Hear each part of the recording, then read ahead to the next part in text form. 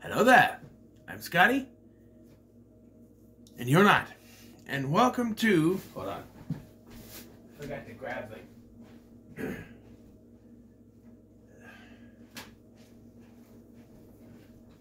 Tradition 300 subscribers, I'm still not ready when I'm... Welcome to the official start of March of the Living Dead. And we're starting with the original Night of the Living Dead from 1968. And yes, as is tradition, black and white reviews for the black and white movies. And I will be including...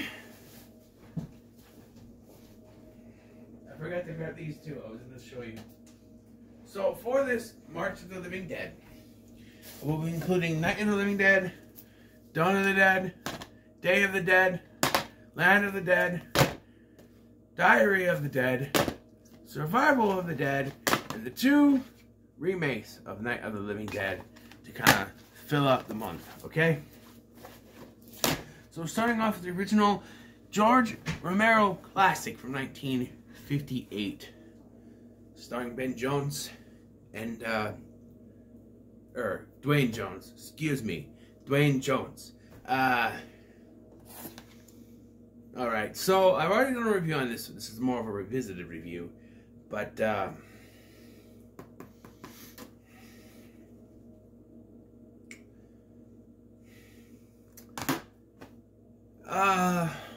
I don't remember anything I said in that review, to be honest. A lot of my early ones just kind of go by me as to what I said, but, you know, because I went back and I rewatched my Paranormal Activity reviews, and they are just a bunch of jumbling nonsense. So I was glad I get to go back and do these. So Night of the Living Dead was a movie that came out in 1968. I think I've said it 3 times now. And it was directed by George A. Romero.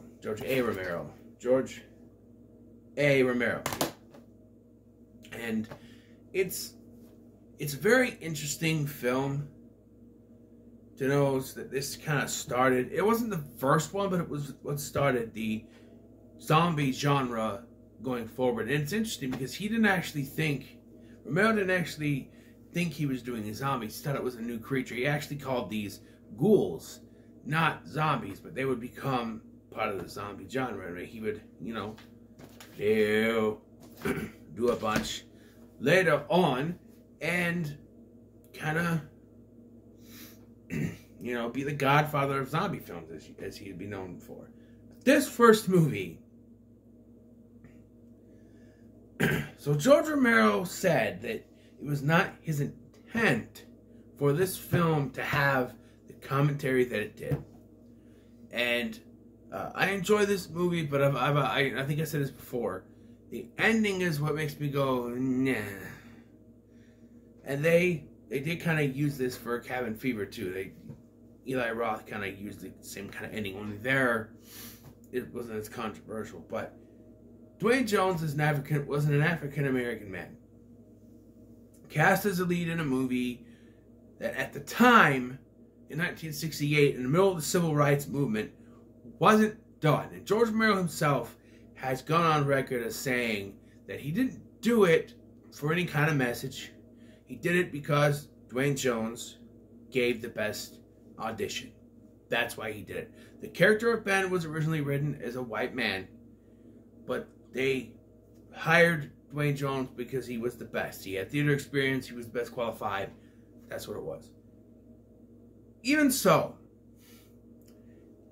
if the ending that's in the film was originally scripted before they hired Dwayne Jones, I think it would make more sense if they changed it. After hiring an African American, I think they should have changed the ending because it comes off as a sort of statement of the times, so to speak. I know it's supposed to be, I know the whole message there is that the mob, that you call them, was just, you know, didn't know he was a zombie and just shot him because. But coming out in 1968, African American lead, Ben being African American, a mob coming in there with guns. And it's just one guy that shoots him from the window without even checking, but it is very... I do believe George Romero, by the way, I do believe him when he said that he didn't plan on this. But there may have been other people on his crew or production that should have said something that this, you know, probably wasn't gonna, you know, that this was taken out of the, this was, people were going crazy for this movie in more than one way back when this came out. And not because of that, but maybe sometime. But just, you know, I don't know. The ending has always made, you know, I enjoy this movie for what it is. I don't think it's like a masterpiece by any means. Maybe it's because this copy of it, like, I don't know if they've ever had like a cleaner copy of it, but this copy, when I go back and I watch older movies, there's, maybe it's the grain, it's the soundtrack that's in mono, it just sounds off, and they used a like previously used music. It was like royalty free, previously used music for this that was, you know, took from other movies. But, you know, this movie itself is a public domain film because they didn't copyright the name, and so something happened, they messed up, and it's been, you know, it's public domain. People have been able to put this in every horror film, basically. They can play it in the back. It's a public domain. They can take clips from it. They can remake it. They can, in the case of Hack the Movies, re-edit it and put new stuff in it. Or the 30th anniversary edition, where someone inserted stuff into it. Yeah. The ghouls or zombies are nothing to write home about, but they are interesting looking for the time. The story is that Barbara and her brother Johnny, they've driven all of these miles to visit their father's grave, which I don't think either of them barely remember. But they're attacked by one of the ghouls, which is this guy right here. You know, you get the line, they're coming to get you, Barbara. And Johnny is attacked and killed. And Barbara takes refuge in a house where she meets Ben. As Ben is boarding up the house, Barbara becomes catatonic. And then Ben comes to realize there are other people there, hiding in the cellar, the basement, whatever you want to call it. The Cooper family, Harry, his wife, and their daughter, who had been bent and is unconscious at the moment.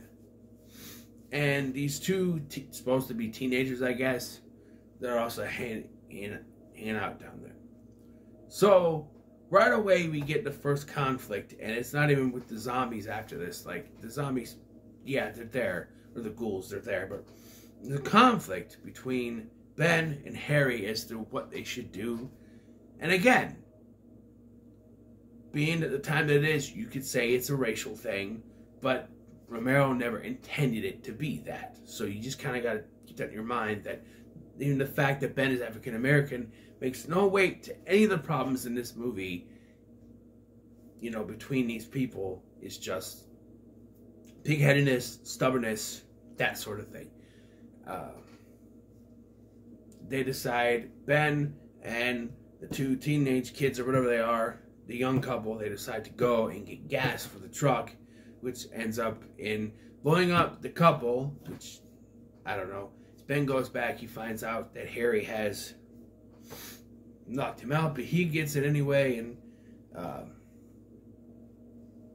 then the zombies come in. I'm not sure which order events are, I can't remember.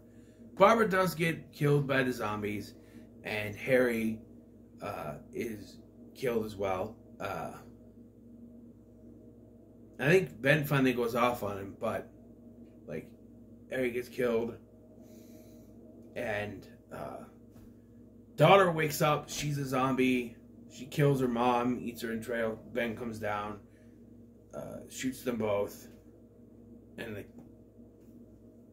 the other guy again. So yeah, and then we get stuff on the TV progressively throughout the film where they say it's like a space probe that came back down, and some kind of radiation has waken up the dead, that sort of thing, and if you die, it wakes you up again.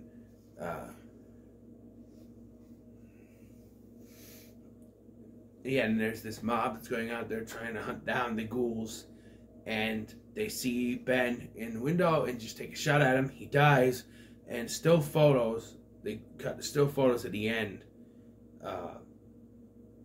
showing what they're doing to him. They're set the bodies on fire so they don't come back. But yeah, that ending always gets me. It's like,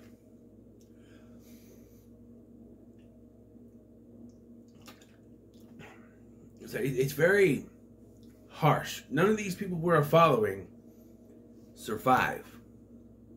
And I get that in a situation such as this, that is bound to happen. Like, it's very realistic. They could all die. And that happening, where a guy gets shot, you know, like that, it could happen. It could happen. Whether or not he's African American or not, it could happen. But taking that aside, just the graininess of the film, the music not really being very well, like it's very, like, you just grainy, or it's very old sounding. Dwayne Jones is the best actor in the film. Our female protagonist is catatonic for almost her entire tenure in this film. It just doesn't work. The other actor that would be better would be the guy who plays Harry, but he wasn't really an actor, but he's alright. He's just there for a conflict. And I know this was kind of the first to do it, but I always said that in zombie movies, and they do this a lot, you don't need human conflict, even though it's realistic. You don't need to have a human conflict because they should be going against zombies. And I know going forward, probably going to have to deal with a lot of that because it's a stereotype in these movies that even though the zombies should be the #1 priority, humans are still going to bicker back and forth because that's the human way. But, you know, I don't think this is a perfect movie by any means. I think it's a good movie. When it comes to rating it, I'm going to have to say that The Night of the Living Dead is a middle of the road for me. It really is. I don't see it as a fantastic film. Maybe it's because we don't have like a restored version of it anywhere. I don't know if they do somewhere. This ain't it. This is like it's Mill Creek release, and they didn't do anything to. They basically just put it on here to sell it. They didn't do anything to touch it up. It's grainy. The music is not very good. You know, the quality. No. Middle of the road. Maybe if there's a cleaned up, restored version somewhere that I could find. I don't know. But as it stands, it's a middle of the road. So, what are your thoughts on Night of the Living Dead? Let me know in the comments below. Make sure to like, share, and subscribe. Thanks for watching. I've been Scotty. Come along with me as we journey through March of the Living Dead. Thanks for watching. I'm Scotty. I'll see you in the next one.